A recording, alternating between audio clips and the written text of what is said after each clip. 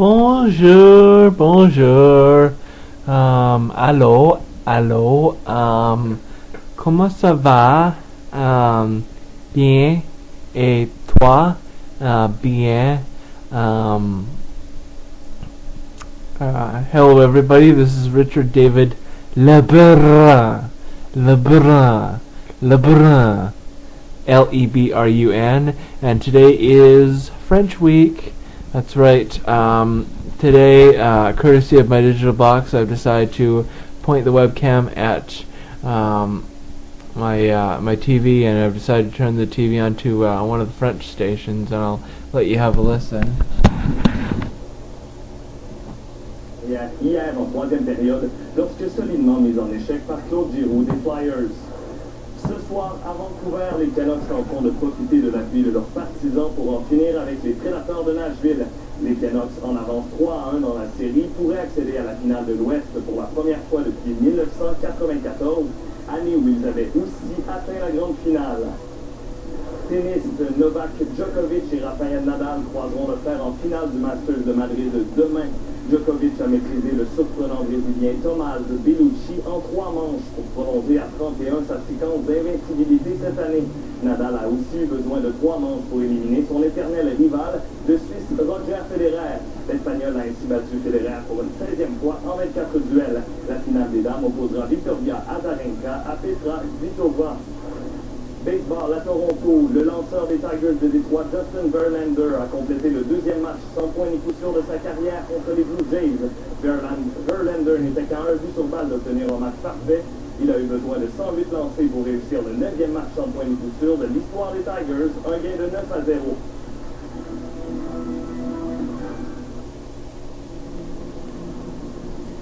Son design nous a été inspiré par le mouvement de l'archer, au moment de décocher.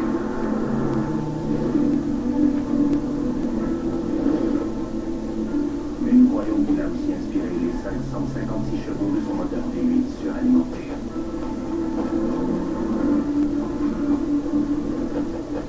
Voici le coupé CPSV de Cadillac. Plus Cadillac que jamais. Bonsoir. Avec le retour du beau temps, le pire est peut-être passé pour les municipalités inondées du Québec. En Montérégie, le niveau d'eau de la rivière Richelieu a légèrement baissé pour la première fois depuis 2 semaines. Les nouvelles sont aussi encourageantes du côté de la Gaspésie, où l'eau se résorbe tranquillement. La situation se stabilise en Mauricie, mais le niveau de la rivière du Loup et de la Saint-Pierre demeure inquiétant. La Croix-Rouge a mis en place un fonds spécial pour venir en aide aux sinistrés. À Washington, le Pentagone a rendu public 5 vidéos saisies dans le repère d'Oussama Ben Laden au Pakistan. Une des vidéos montre l'ex-chef d'Al-Qaïda en train de se regarder lui-même à la télévision. Sur une autre, on le voit préparer un message destiné aux États-Unis.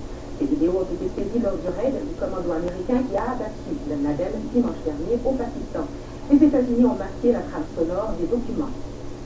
La nouvelle députée de Berthier-Massignanger, Ruth Ellen Grosso, a donné signe de vie pour la première fois depuis les élections. Dans un entretien téléphonique à un quotidien de Trois-Rivières, Mme Grosso a dit avoir hâte d'exercer ses nouvelles fonctions. Elle admet qu'il faut améliorer son français et qu'elle a l'intention de devenir bilingue. Depuis son élection, la députée a été prise en charge par une équipe du NPD qui contrôle étroitement ses débuts sur la scène politique. Voilà, et pour plus de détails sur vos nouvelles, rendez-vous sur le site internet de Radio-Canada.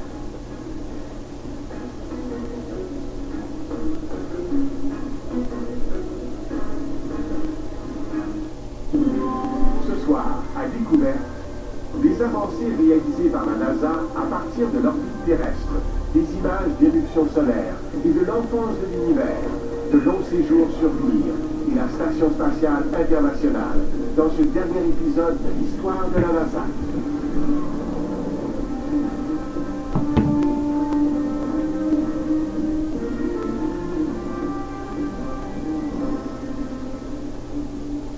Bonsoir, bienvenue à Découverte. Après avoir conquis la Lune, la NASA s'est donné de nouveaux défis, et cette fois en banlieue de la Terre. Ça a donné lieu à des progrès remarquables en médecine de l'espace grâce au vol de longue durée, en astronomie avec le télescope spatial Hubble et en technologie, menant à la construction de la Station spatiale internationale. Des jalons essentiels qui pourraient mener à des missions vers la planète Mars. C'est l'histoire que nous vous racontons ce soir.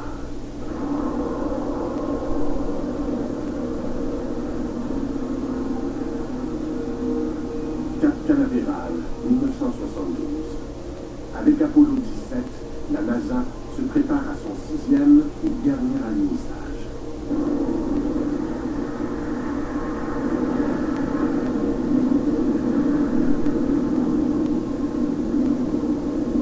Au terme d'une première décennie, la NASA est reconnue dans le monde entier. Elle a transporté les humains jusqu'à la Lune et elle les a ramenés.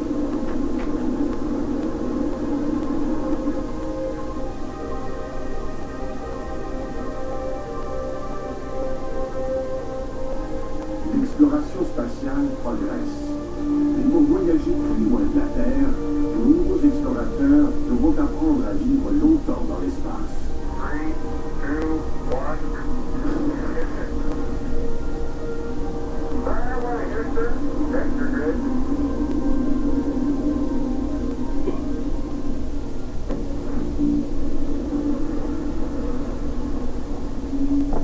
Pour expérimenter de plus longs vols spatiaux, la NASA doit mettre en orbite un lieu habitable.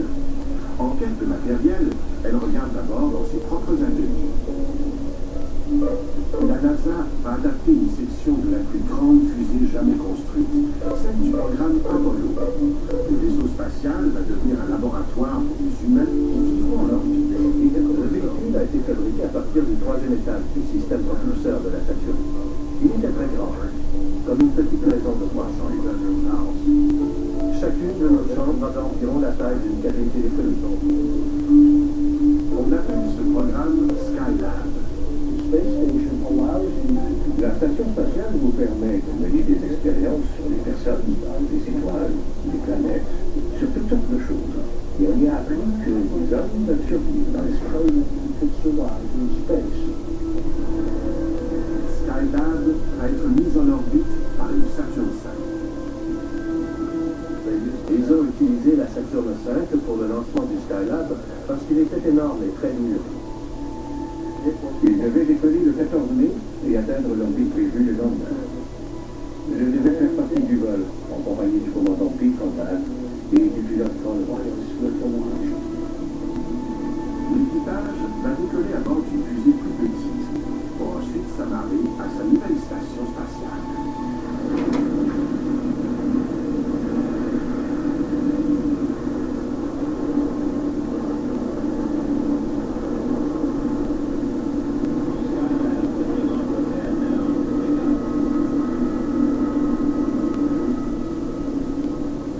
La Saturn V non habitée, qui emporte Skylab, décolle d'abord. On a regardé le lancement du Skylab, l'étoile d'un immeuble, à Cap Canaveral, et tout s'est très bien passé. Et en rentrant à la maison, on a entendu les premiers indices à la radio que quelque chose n'allait pas. On a dit qu'un choc gravitationnel s'était produit au lancement et qu'on ignorait pourquoi.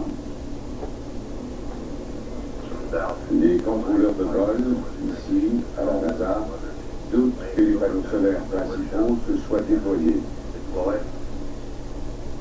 Le premier panneau solaire ne produisait rien du tout. Et le deuxième indiquait une puissance très faible. Mais en plus, on décèle un problème encore plus grave à bord du Skylab inhabité. La température intérieure a commencé à grimper. Et quelqu'un en a déduit qu'il y avait probablement une déchirure du bouclier thermique. Sans ce bouclier thermique, les rayons du soleil vont rapidement transformer Skylab en fournaise. Nous avions donc une machine sur la bonne orbite, mais elle manquait gravement d'énergie et elle surchauffait. La première réaction a été « c'est une catastrophe, qu'est-ce qu'on va faire ?» Et 5 minutes plus tard, on a dit « Hey, nous sommes des ingénieurs, voyons ce qu'on peut faire. » Le problème le plus urgent est la chaleur du soleil. Les ingénieurs les plus chevronnés délaissent la haute technologie et ils optent pour la solution la plus simple. Les couturières fabriquent un parasol géant qui sera maintenu en place par des tiges. Après un délai de 10 jours, Kerwin, Conrad et White ont une nouvelle mission. Ils vont devenir les premiers réparateurs de l'espace. T-minus 7, 6, 5, 4, 3, engine sequence start, 2, 1, 0. We have launch commit and we have liftoff. The clock is running, and Skylab has cleared the tower. On a effectué le rendez-vous avec le Skylab environ 8 heures après le décollage. On a volé autour et on a filmé. Et les images étaient envoyées au sol. Ces images permettent aux contrôleurs de la mission d'évaluer la situation. C'est la première fois qu'ils voient clairement les dommages subis par la station spatiale.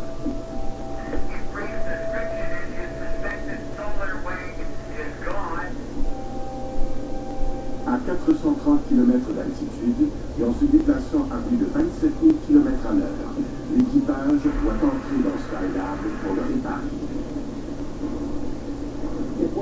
Ça sentait un peu le brûlé, comme quand on brûle un peu de plastique. Vous savez, ce genre d'odeur.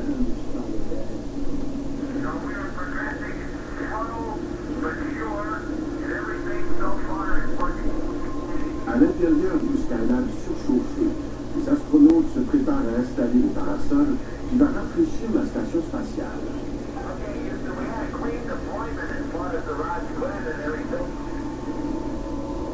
Puis on a libéré le ressort et les tirs se sont tendus.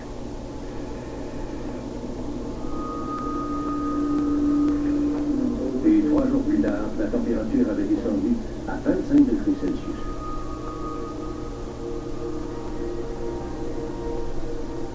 Il faut ensuite régler le problème de l'alimentation électrique. Un panneau solaire a été coincé lors du lancement et il ne peut plus se déployer. Sans une réparation rapide, Skylab n'a aucun avenir. On ne pouvait pas s'agripper, se caler les pieds. On avait aucun éclairage, rien. Mais on devait trouver un moyen. Sur Terre, dans une piscine d'entraînement, une équipe travaille sur un modèle grandeur nature du Skylab.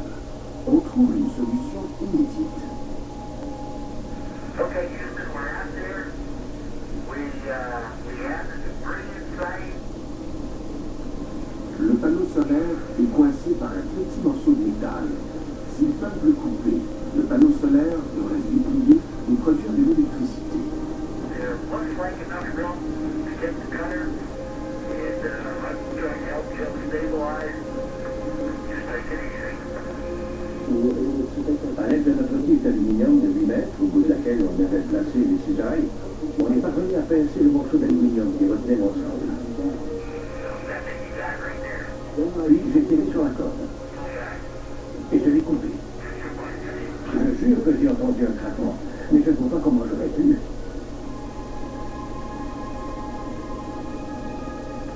On l'a fait. On a sauvé Skylab. Et ça a été l'un des plus grands spectacles de ma vie. Le panneau s'est déployé complètement à 90 degrés. Et les panneaux solaires commençaient à sortir alors que le soleil réchauffait déjà. Tout allait bien se passer. On allait mener la mission à terme. La station spatiale est maintenant en service. Pendant les 8 mois suivants, Skylab héberge 3 équipages qui établissent des records de durée pour les astronautes qui vivent et travaillent dans l'espace. On volait d'un but à l'autre en comptant nos culbutes entre les deux. Oh oui, on a eu beaucoup de plaisir là-haut, à flotter, à jouer à Pétopal, à découvrir les merveilles de la pesanteur. Les équipages de Skylab exécutent 3000 heures d'expérience scientifique en apesanteur. Ils transforment aussi notre compréhension du Soleil avec leur premier cliché des éruptions solaires. On a fourni à la communauté de la physique solaire 1000 fois plus de données que tout ce qu'elle avait recueilli avant. Skylab est la première grande étape vers l'habitation humaine de l'espace.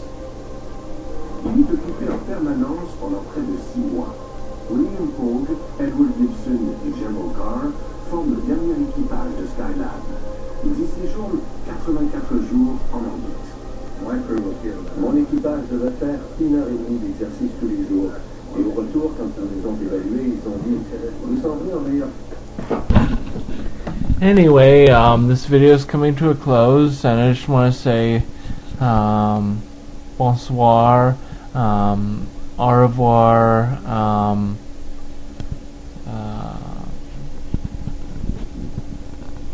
adieu. I bid you adieu for the night, and I will see you next time. That is